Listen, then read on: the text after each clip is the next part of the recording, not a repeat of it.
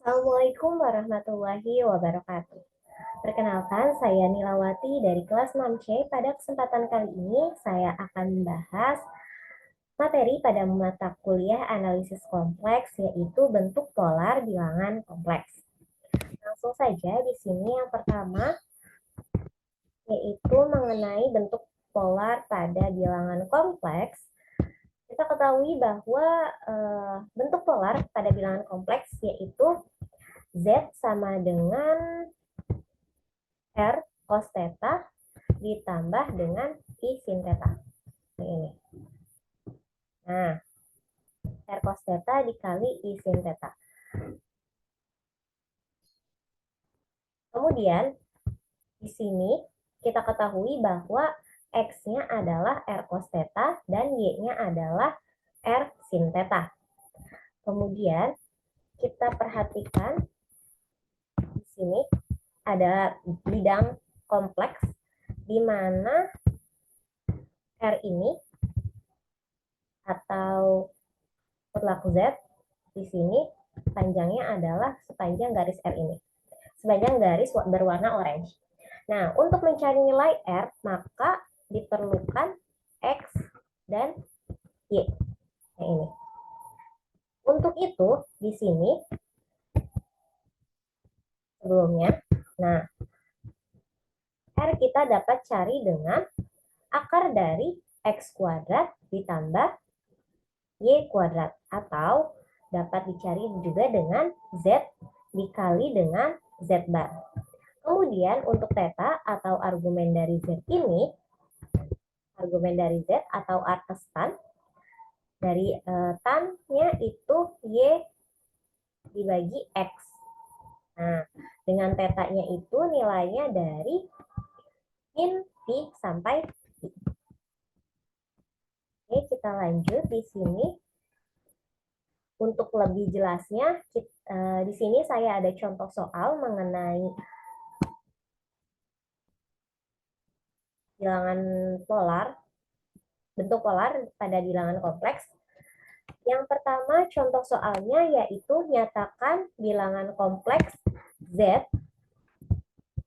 sama dengan 1 ditambah I dalam bentuk polar. Nah, yang pertama kita tulis kembali soalnya yaitu 1 ditambah I. Nah, kita ketahui di sini satunya itu sebagai X, kemudian I-nya sebagai Y.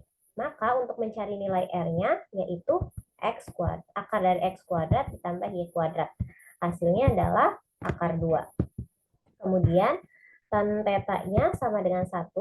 Nah, tan theta sama dengan 1 ini ada di 45 derajat. 45 derajat itu sama dengan 1/4 pi. Maka bentuk polar dari soal tersebut adalah Z-nya R cos theta ditambah I sin theta. R-nya akar 2, theta-nya 1/4 pi. Nah, jadi bentuknya akar 2 dikali cos 1/4 pi ditambah I sin 1/4 pi. Kemudian kita lanjut pada contoh soal yang kedua. Di sini ada soalnya 2 ditambah I dibagi 5 kurangi 3I. Nah, kita ketahui bahwa di sini penyebutnya masih ada bentuk imajinernya, maka kita kalikan dulu dengan sekawannya. 5 ditambah 3I per 5 ditambah 3I, hasilnya adalah 7 ditambah 11I dibagi 24.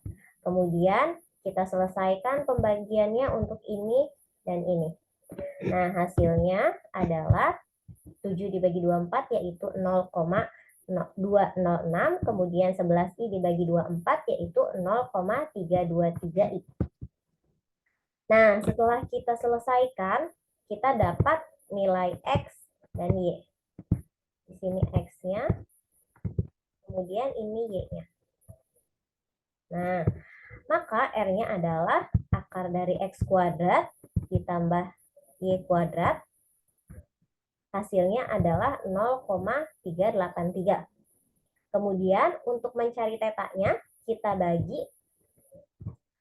arctannya dari 0,323 dibagi 0,206 hasilnya 1,00407 derajat. Nah, bentuk polarnya sudah disampaikan tadi di awal adalah R cos theta ditambah I sin theta. Kita substitusikan nilai R dan theta yang sudah kita peroleh pada persamaan tersebut. Maka kita dapat selesaikan bentuknya adalah Z sama dengan 0,383 R-nya tadi, kemudian cos theta-nya adalah 1,00407 derajat dan I sin 1,00407 derajat. Kemudian selanjutnya masih ada contoh soal yang ketiga. Pada contoh soal yang ketiga ini kita sedikit berbeda. Jika tadi kita mengubahnya ke dalam bentuk polar, maka soal yang ketiga ini kita mengubahnya pada bentuk kartesius. Di sini soalnya adalah Z sama dengan akar 8 dari cos 1/4 pi ditambah I sin 1/4 pi. Nah, kita ketahui R-nya yang ini, X-nya yang ini, kemudian Y-nya sin 1/4 pi dikali akar 8. Kita selesaikan dulu untuk X-nya. Oh ya teman-teman, karena nilai cos 1/4 pi. 1/4 pi ini nilainya 45 derajat. Nah, cos 45 dan sin 45 itu nilainya sama. Maka nilai X akan sama dengan nilai Y. Nilai X sama dengan nilai Y. Kita selesaikan saja. Akar 8 dikali cos 1/4 pi. Akar 8. Nah, cos 1/4 pi atau 45 derajat itu hasilnya setengah akar 2. Atau akar 2 dibagi 2. Nah, kita kalikan akar 8 dikali akar 2 itu hasilnya akar 16. Nah, akar 16 ini sama dengan 4. Maka 4 dibagi 2. 4 dibagi 2 itu hasilnya 2. Nah, nilai Y-nya juga sama, 2. Maka bentuk polar dari soal tersebut adalah Z sama dengan X ditambah Y. Sama dengan, bentuk polar kan X ditambah Y. Kemudian bentuk kartesius kan X ditambah Y. Maka hasilnya adalah 2 ditambah 2I. Nah, selanjutnya di sini kita akan membahas ketaksamaan segitiga.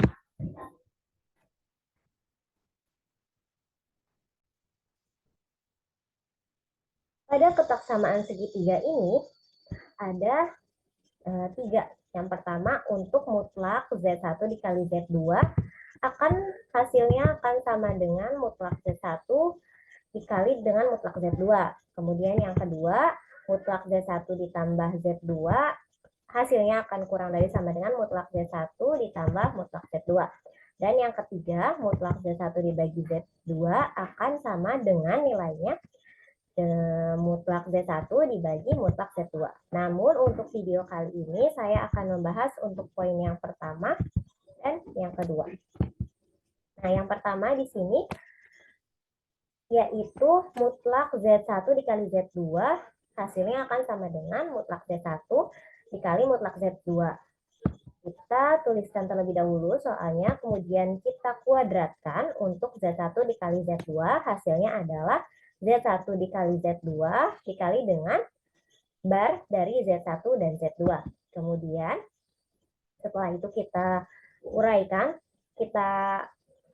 uraikan yang bar dari Z1 Z2 ini menjadi bar Z1 dikali bar Z2. Selanjutnya di sini kita pisahkan untuk Z1 dan bar Z1, kemudian Z2 dengan bar Z2. Setelah itu, kita ketahui bahwa Z1 dikali bar Z1 adalah Z1 kuadrat. Untuk Z2 dikali bar Z2 adalah Z2 kuadrat. Nah, kita peroleh seperti ini.